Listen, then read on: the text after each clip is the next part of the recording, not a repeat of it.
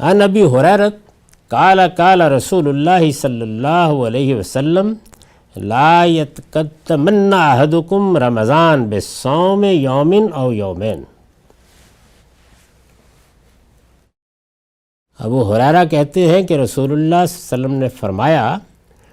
کہ تم میں سے کوئی شخص رمضان سے پہلے ایک دن کا روزہ یا 2 دن کے روزے نہ رکھے، یعنی یوں نہ کرے کہ رمضان شروع ہونے والا ہے تو اس نے اس سے پہلے ملا کر 1 یا 2 دن کے روزے رکھ لیں، یہ کام نہیں کرنا چاہیے۔ الا ان یکون رجل کان یصوم صوما فلیصم ذلک الیوم، الا یہ کہ کوئی شخص پیچھے سے روزے رکھتا ہوا آ رہا ہے اور اس نے ان روزوں میں پہلے کوئی انقطاع نہیں کیا، وہ البتہ وہ روزے رکھ لے تو اس میں کوئی حرج کی بات نہیں ہے۔ یعنی 15 شعبان سے روزے شروع کیے ہوئے ہیں، ہفتے بھر کے روزے ہیں تو وہ کر لے، اس میں بڑی حکمت ہے۔ یعنی مطلب یہ ہے کہ رمضان کے روزوں کو بالکل متعین رہنا چاہیے، ان کے ساتھ کوئی اختلاط نہیں ہونا چاہیے۔ اگر 1 روزہ یا 2 روزے پہلے رکھے جائیں گے تو اندیشہ ہے کہ اس سے کوئی بدعت وجود میں نہ آ جائے۔ نبی صلی اللہ علیہ وسلم کی امت میں عام لوگ ہی نہیں ہیں، علماء ہیں، فضلاء ہیں، صالحین ہیں، بہت سے وہ لوگ ہیں کہ جن کو لوگ اپنا پیشوا یا رہنما سمجھتے ہیں، تو آپ نے یہ عمومی ہدایت فرما دی اور یہ کہا کہ کوئی شخص بھی اس طرح کا طریقہ اختیار نہ کرے کہ رمضان سے پہلے 1 روزہ رکھ لیا یا 2 روزہ رکھ لیے، وہ پیچھے سے رکھتا ہوا آ رہا ہے تو اس پر کوئی اعتراض نہیں ہے، لیکن اس طرح روزے نہ رکھے۔ نبی صلی اللہ علیہ وسلم کی بہت سی روایات میں یہ احتیاط ہمیں ملتی ہے کہ آپ یہ فرما دیتے ہیں کہ کوئی ایسا کام نہ کیا جائے جو بعد میں دین سے متعلق کسی غلط فہمی کا باعث بنے اور اس طرح دین میں کوئی ایسی چیز شامل ہو جائے جو اللہ کے پیغمبر کے پیش نظر نہیں ہے۔ وعن ام سلمہ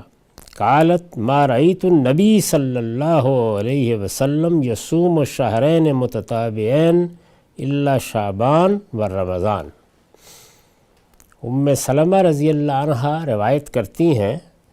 کہ میں نے رسول اللہ صلی اللہ علیہ وسلم کو 2 اکٹھے مہینوں کے پے در پے روزے رکھتے نہیں دیکھا سوائے شعبان اور رمضان کے۔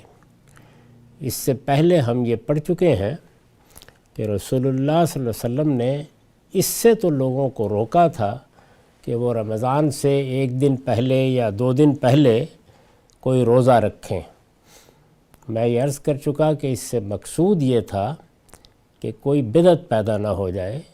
مسلمانوں میں صرف عام لوگ ہی نہیں ہوتے، ان کے صالحین، ان کے علماء، ان کے مذہبی پیشوا، سبھی لوگ ہوتے ہیں جن کی لوگ بالعموم پیروی کرتے ہیں، تو اس سے اندیشہ ہوتا ہے کہ کوئی نئی چیز دین میں داخل نہ ہو جائے۔ دین کی حفاظت کا یہ ناگزیر تقاضا ہے،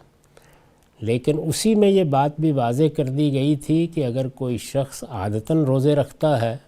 اور اسی دن کا روزہ رکھتا رہا ہے اور اس سے پہلے بھی رکھتا رہا ہے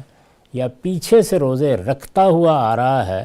تو اس کے لیے یہ پابندی نہیں ہے، اس لیے کہ وہاں اس کا امکان نہیں کہ کوئی نئی بات دین میں داخل ہو۔ یہاں یہ بتایا گیا ہے کہ اگر